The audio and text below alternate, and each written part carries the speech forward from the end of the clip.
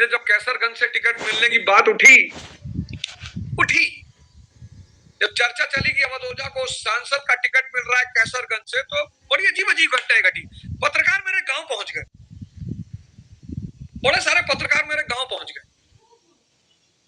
जब मैंने देखा अपने गांव वालों का वीडियो में, बड़ा आश्चर्य हुआ। उसमें हमारा एक भाई है हमारा, मतलब मैंने पैर छूने के सिवा, भैया कहने के सिवा उनको कुछ कहा ही नहीं आज तक। वो मेरे बारे में उल्टा सीधा बोल रहे थे। वो मेरे भतीजे और भाई,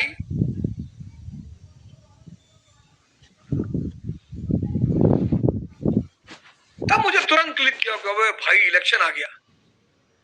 अपने दुश्मन को मारने से पहले उसको बदनाम कर दो, जैसे अमेरिका ने किया सद्दाम हुसैन को बदनाम। ये नियम है। जैसे रजिया सुल्तान को बदनाम किया गया, अबे इसका तो हफ्सी से अफेयर चल रहा है। भाई अंजना दीदी ने ऐसे ही थोड़ी कहा था। अंजना दीदी कह रही है, अंजना दीदी कोई मामूली स्त्री नहीं है, आज तक पे है। अंजना दीदी कह रही है, तो अंजना दीदी को कहीं ना कहीं से इंस्ट्रक्शन जरूर मिला है।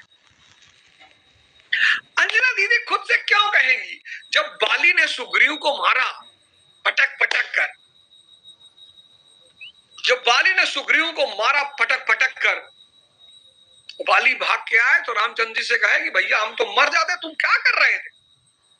कहे यार तुम दोनों भाई की शक्ल एक जैसी, मैं कंफ्यूज हो गया।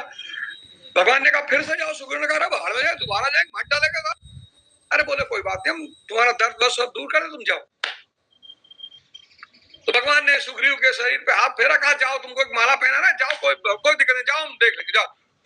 तो सुग्रीव जब दोबारा पहुंचा बाली को ललकारने के लिए, तो जो बाली की पत्नी है तारा, उसने बाली को समझाया, कहा अभी मार के भेजे हो, अभी।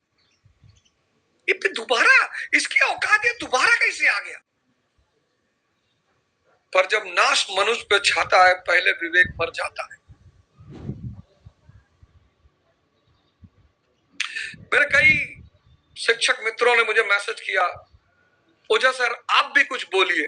मैंने कहा तुम लोग बोल लिए ना, हमको थोड़े कह रही है, जिसको कह रही है वो बोले।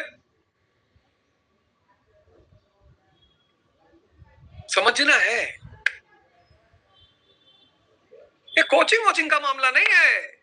एक सामान्य परिवार का व्यक्ति बड़े बड़े सपने देख रहा है, और उसके वो सपने, वो पुराने जो भूपति हैं, पुराने मठाधीश हैं, वो डिकोड कर रहे हैं, वो समझ रहे हैं कि कहां जा रहा है।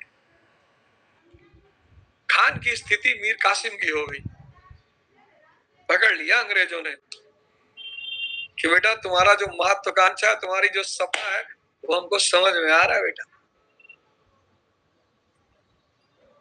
हालांकि मेरी हार्दिक इच्छा है, इस देश में जब भी कोई सामान्य परिवार का व्यक्ति उभरने की कोशिश करेगा, उसको दबा दिया जाएगा, और बहुत बुरी तरह। मैंने कहा ना, ऐसा नहीं कोई एक आदमी पीछे पड़ा होगा, जितने पुराने मठाधीश हैं सबको लगा होगा कि भैया एक हो जाओ, नहीं तो खत्म कर देगा ये।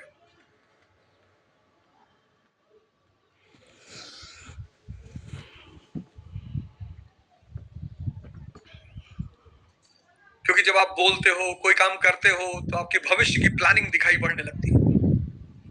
बहुत संभल के रहना पड़ता है, बहुत होशियारी से। हर आदमी नरेंद्र मोदी थोड़ी है। खान ने नरेंद्र मोदी से कुछ नहीं सीखा। नरेंद्र मोदी एक ऐसे आदमी है जिन्होंने प्रधानमंत्री बनने से पहले तक कभी कहा ही नहीं कि मुझे प्रधानमंत्री बनना है, कहा ही नहीं। 2014 का लोकसभा का चुनाव ही नहीं लड़ा, बिना लड़े उस आदमी ने प्रधानमंत्री की शपथ ले ली। उस आदमी ने कभी डिक्लेयर ही नहीं किया कि मैं क्या करना चाहता हूं। वो आदमी को अगर आप उसका चेहरा देखो, मुख्यमंत्री बनने से पहले उनकी आप फोटो देखो, उनका आप बिहेवियर देखो, टेढ़ा बन के रहते थे।